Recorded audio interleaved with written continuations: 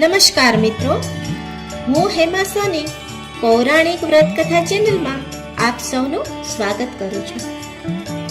આપણી પ્રાચીન હિન્દુ સંસ્કૃતિ મુજબ હિન્દુ મહિનામાં ચૈત્ર માસથી નવું વર્ષ શરૂ થાય છે.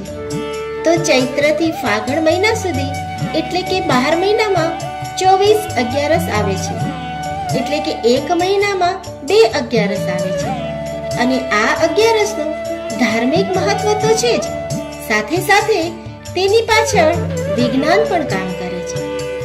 તો આ અગિયારસ કરવાથી, તેની કથા અને તેનું મહત્વ સમજવાથી આપણને માનસિક તો લાભ થાય છે, તેમજ શારીરિક પણ લાભ થાય છે.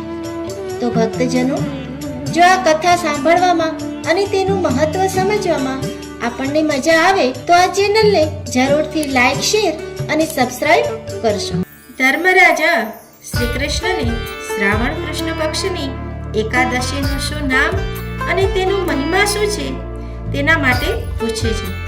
ત્યારે ભગવાન શ્રી કૃષ્ણ તેને જણાવે છે કે શ્રાવણ વદ એકાદશી એ અજાર એકાદશીના નામથી ઓળખાય છે.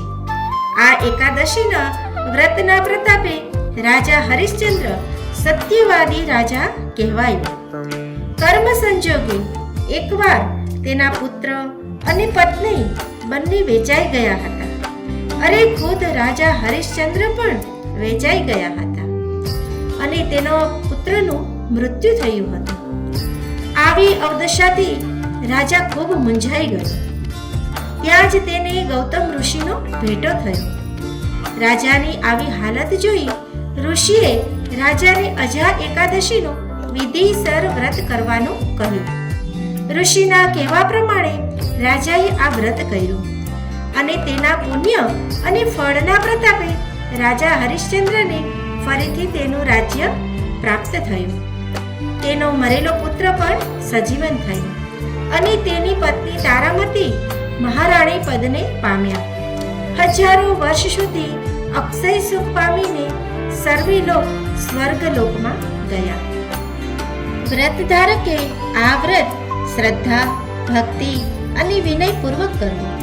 પ્રભુ કૃપાથી યથાશક્તિ પુણ્ય દાન પણ કરવું. બને તો 5 બ્રાહ્મણને જમાડવા. આ વ્રત કરનાર કદીએ દુઃખી થશે નહીં. આ વ્રતને સાંભળનાર અક્ષય સુખને પામશે. ઇતિ શ્રી સ્કંદ પુરાણે શ્રાવણ કૃષ્ણ પક્ષે અજા એકાદશી સંપૂર્ણ. શ્રી ગણેશાય નમઃ.